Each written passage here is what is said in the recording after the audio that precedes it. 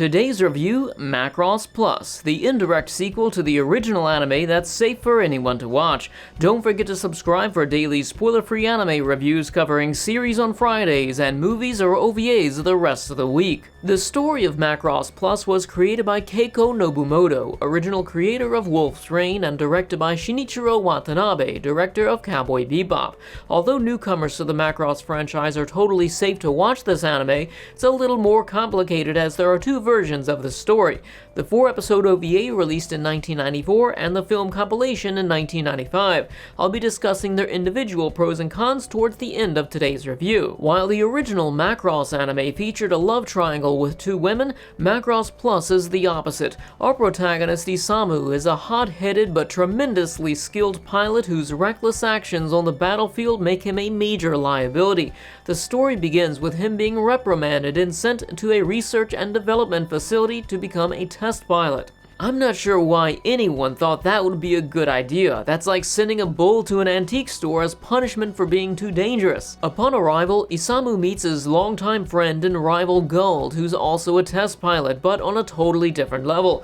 Gold is an experimental subject for a neural linking system that directly connects his mind to a transforming fighter jet, allowing instantaneous reaction time. Their complicated past is linked together through Myung, a mutual love interest who's a singer until she too got mixed up in the AI brain algorithm fad that all the kids these days seem to love. The bulk of the story deals with Isamu and Gold's rivalry and conflicting emotions over Myung. The characters are developed similarly to Cowboy Bebop, where most characterization is superficial and we only delve beneath the surface into their history and motivations towards the end. This worked for Cowboy Bebop because we could infer more about the characters through their actions and interactions spanning numerous episodes and various missions. However, characters in Macross Plus felt a little flat as there wasn't enough time to implement this style of character development fully. Honestly, I felt their backstory was more intriguing than the overarching plot of Macross Plus. I think things would have worked out better if this were a 6-episode OVA instead of 4. We'd have more development for Gold and greater detailing of his struggles being half Zentradi living in a human world. Apparently, his Zentradi blood gives him anger issues he wasn't always able to control. I'm also curious about Gold's upbringing. How was he even conceived? Have you seen how big the Zentradi are? If he's half human, then which one of his parents were Zentradi? Regarding the other half of its story, the training missions and AI idol situation, I felt they were mostly just vehicles to present action. Compared to Macross Do You Remember Love, I thought this was an overall improvement due to its physical nature. While the former focused on lasers and rockets and massive wars, Macross Plus is more personal and raw.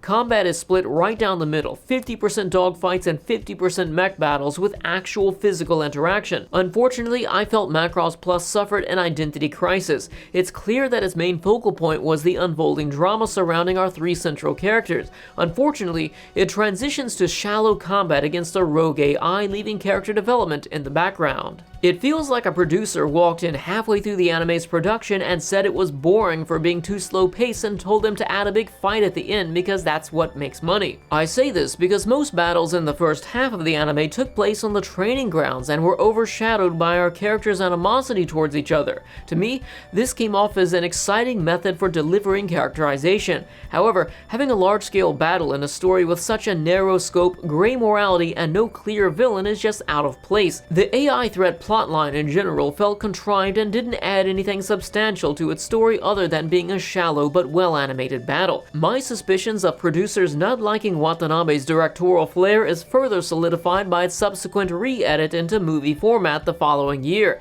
The movie adds 20 minutes of new animation at the cost of removing the same amount from the original. They accomplished this by shortening some scenes and eliminating others entirely. While some of the added scenes aided characterization, this was counterintuitive because some of the removed scenes also serve the same purpose. While most changes are unnoticeable unless you watch both on the same day as I did, my biggest issue with the re-edit is the added gratuitous gore in one scene near the end. It's a dramatic scene that I can't detail for the sake of spoilers, but Gore cheapened its sentiment. Imagine if when Vader saved Luke from being killed by Palpatine, Vader was cut in half by a lightsaber and his guts spilled out into the floor. It would cheapen the moment, right? That's exactly how I felt with the ending of this re re-edit, though the nature of those scenes are entirely different. At the end of the day, I'd recommend the OVA over the movie, though I felt it was either too slow-paced or not long enough to realize its potential fully. Still, neither version was capable of that. However, there's no wrong choice, it's just personal preference and the differences aren't that significant. Oddly, the OVAs are dubbed, but the movie isn't.